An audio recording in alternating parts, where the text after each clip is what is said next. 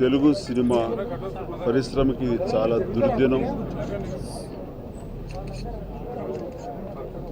Cinema పరిశ్రమకు నిలువెత్తు నిదర్శనం. తెలుగు సినిమాకు పర్యాయ పదంగా ఉన్నటువంటి రామానాయుడు గారు ఇక మనకు లేరు అనేది జీర్ణించుకోలేటువంటి సత్యం. ఈ చేదు దిగమింగక తప్పదు. రామానాయుడు గారు నా వరకు నాకు పితృ సమానం. మా అనుబంధం 30 ఏళ్ళ పైగా ఉంది.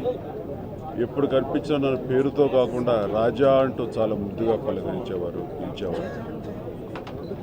ఆయన కళాపిపాసి. సినిమా అంటే ఆయనకి పిచ్చి. సినిమా తప్ప మరొక ధ్యాస లేనటువంటి వ్యక్తి ఆయన. రాజ్ కపూర్ అనేవారని విన్నాం మనం. I breathe cinema, I drink cinema, I live cinema.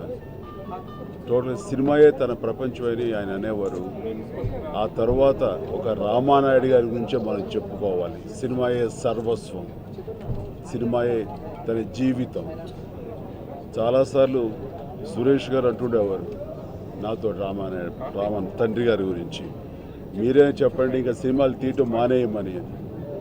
నేను అదే మాట అన్నాను, ఇక మీరు రిటైర్ అవ్వచ్చు కదా, ప్రశాంతంగా మీరు మనవలతో ఉండొచ్చు కదా, ఎందుకు ఇట్లా కష్టపడతారంటే, రాజా సినిమాలు చేయటం తీయటం నేను మానేస్తే ఇక నా జీవితం ఆగిపోయినట్లు ఉంటుంది. ఆఖరి శ్వాస వరకు కూడా నేను సినిమాలు చేస్తూనే ఉండాలి, తీస్తూనే ఉండాలి అంటూ ఆయన సినిమా మీద తనకున్న మక్కువని ప్రేమని ఆ రకంగా చెప్పుకున్నారు. చివరి వరకు కూడాను సినిమాయే సర్వస్వం, సినిమాయే తను అన్నట్లుగా ఆయన సినిమాలు తీస్తూ వచ్చారు.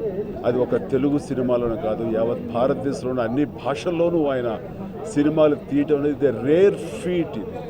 ఇది ప్రపంచంలో ఎవ్వరికీ సాధ్యం కానిటువంటిది. అది ఒక రామానాయుడు గారికే సాధ్యమైంది. అన్ని భాషల్లోనూ భారతదేశంలో అన్ని భాషల్లోనూ సినిమాలు తీయటం అన్నది ఆయన ఒక్కరికే చెల్లింది. అది మనందరం గర్వించదగ్గటువంటి గొప్ప విషయం. అది అలాంటి రామానాయుడు గారు ఈ రోజున మనకు లేకపోవడం అనేది చాలా బాధాకరమైన విషయం.